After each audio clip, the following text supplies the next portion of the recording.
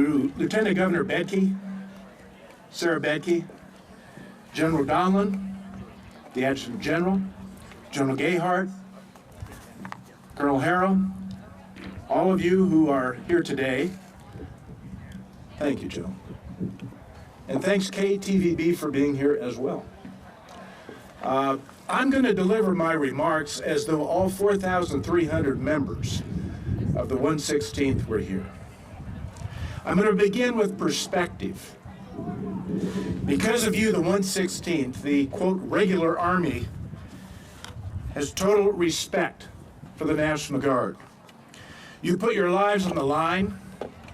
You prove the values of the National Guard in exemplary fashion, in readiness, in strength in battle, and in civilian skills, which you utilized to bring order to a war-torn territory in spite of deadly insurgents that did everything they could to stop you.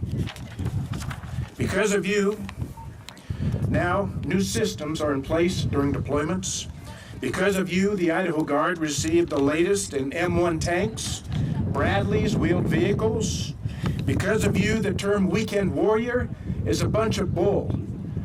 The correct term is battle-tested warrior, battle-hardened warrior, victorious warrior. That's the 116th Cavalry Brigade. God bless you. And now a quick look back. During those 6 days that you deployed out of Fort Polk, and you remember that Paul Revere and the Raiders put on a magnificent concert for you. Paul, his wife Sydney, General Friends, myself, others, we stood and we served for 6 hours as the 116th came through for a Thanksgiving meal. At 2 a.m. the next morning, we began loading the first of the planes. And I was amazed, being the last hand that many of you shook. Many of you said, "Will you come see us?" And I said, "Absolutely, I will come see you." A few months later, I was set to come to Iraq to visit the 116th. The Pentagon was to bring me. And 48 hours before the departed time, of which we could tell nobody because of security, the Pentagon said we need to defer it 2 weeks. Then they needed to defer it 2 weeks. Then they needed to defer it 2 weeks. So I knew they would not bring me to Iraq. So I called Tom Hanks of Morrison Knudsen. I said, "Tom, do you have contracts in Iraq?" He said, "Yes, sir." "Do you get employees in there?" He goes, "Yes, sir." I said, "I would like you to put me on your payroll for $1 and take me to Iraq." He said, "If that's what you wish, Governor, we can do it." I said, "I want to be there." They had to send the manifest ahead of those coming in. The military submitted it to the White House. The next thing I know, I had a call from Karl Rove. He said, "Governor, what in the hell do you think you're doing?" And I said, "Karl, I'm going to visit my troops." He said, "Don't you know someone of your position, what they would do in the most public, brutal fashion?" I said, "Yes, I do know, Karl. It is called war. But I will visit my troops in battle." He said, "You do this and all hell will break loose." I said, "Well, then it's going to break because I am going." He hung up the phone on me. 1 hour later, I got a call from the Pentagon. They said, "All right, Governor, we will take you." When I arrived in Iraq, they were towing in a smoldering convoy of ours, and young troops were being medevaced out by helicopter. That's the life that you men and women live day in and day out, month after month, in Kirkuk, Iraq, a war zone. But you met the challenge with incredibly positive results. A testament to that is that when the 116th was relieved by the 101st Airborne, their commanding general said to General Gayhart, our commanding general, "General, I cannot duplicate what you have done here. I have a bunch of 19-year-old trigger pullers, and you have brought true warriors with great skills."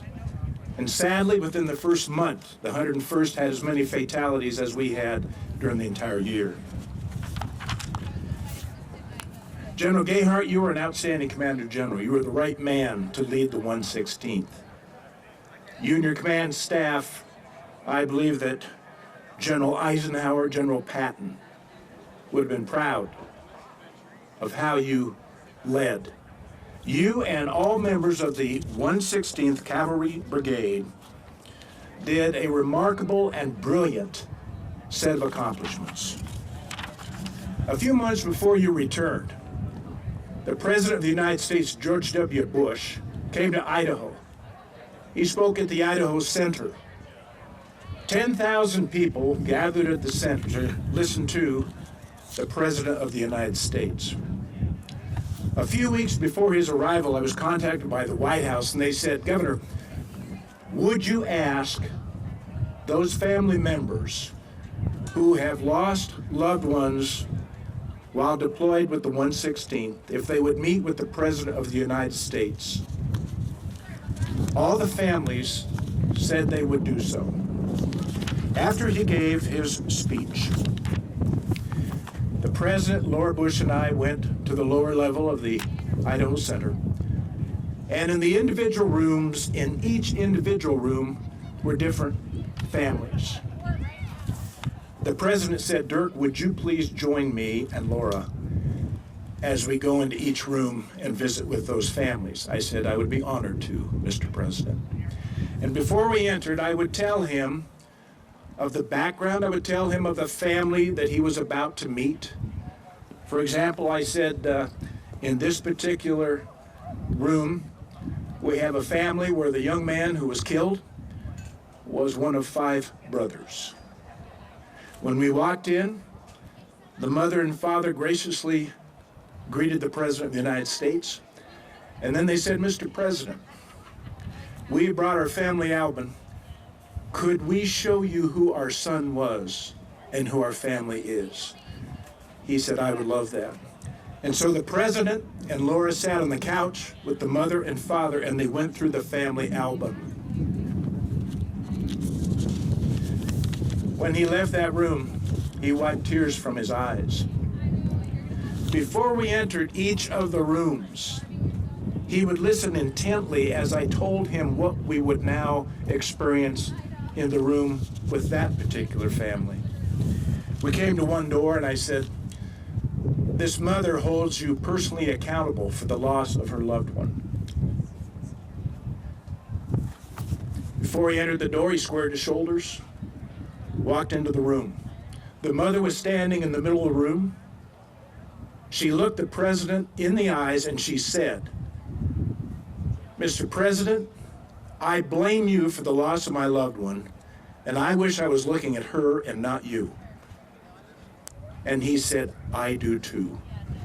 Those two immediately embraced, and for some 3 to 4 minutes, they simply held one another, embraced, both with tears.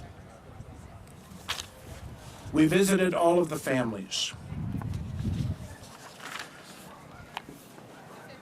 When the President and Laura and I rode to Marine One, during that drive, I said, "Mr. President, that is so hard." And he said, "Dirk, that is the hardest part of my job." But he said, "I hate war. I hate war. But we must never, ever let evil prevail."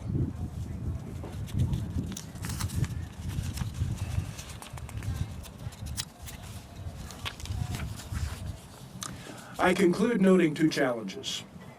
The first challenge is this: when you wonderful men and women returned from war, you did not return to a fort.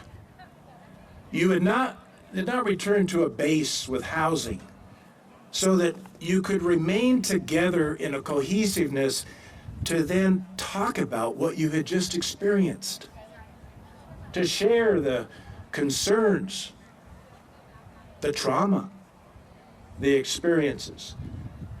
Instead, you were sent to your respective communities, and in many instances, you returned to a community that knew you'd been gone for some 18 months, but could not relate to what you had experienced. You were alone after being part of something so cohesive and magnificent. That was a challenge. The other challenge I will mention is that many of your fellow members of the 116th, when they received their orders, some of them received the order that you're to remain here. You are to continue the operations from home base, which was critically important to support the efforts in Iraq. But I remember speaking to those of you who had to remain behind, and I know how hard it was for you. But let me say here and now, you too carried out your duty in exemplary fashion in total support of your comrades in arms in Iraq. We say that we'll never forget. May I give you two specific examples of how we're fulfilling that? Last year, we brought the commanding officer, Commander Randall Leslie of the USS Idaho, the new Virginia-class attack submarine that will, in approximately a year, become one of the great lethal weapons of the United States. We brought the commanding officer and 5 members of the crew to Caldwell High School. And in front of the assembly of the students, we asked Carrie French's family to join us, and we honored Carrie French.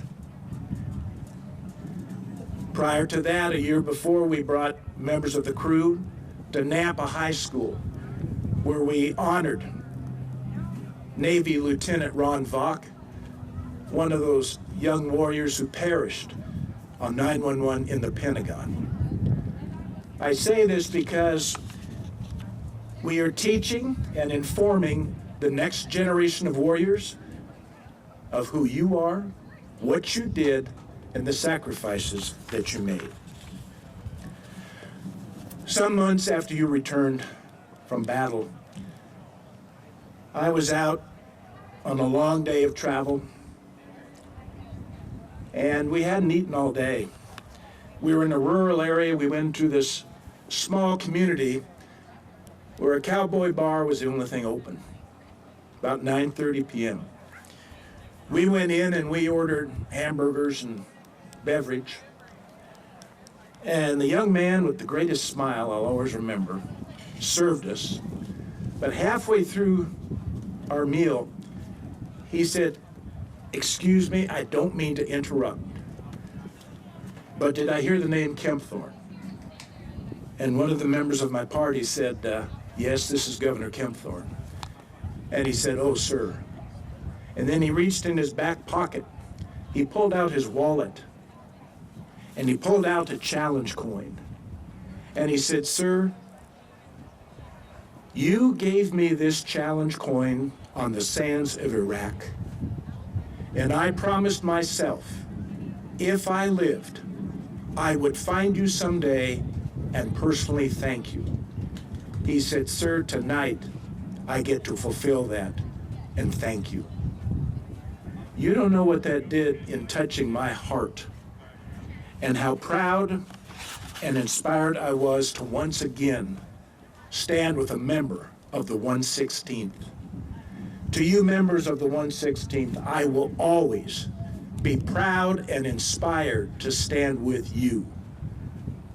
You have served this state with incredible bravery, courage, and achievement. You have established a whole new history for Idaho about what our citizens, when called upon to serve this nation, this state, and when necessary to go to battle, will do and accomplish. God bless all of you and your family members of the 116th, truly some of the finest.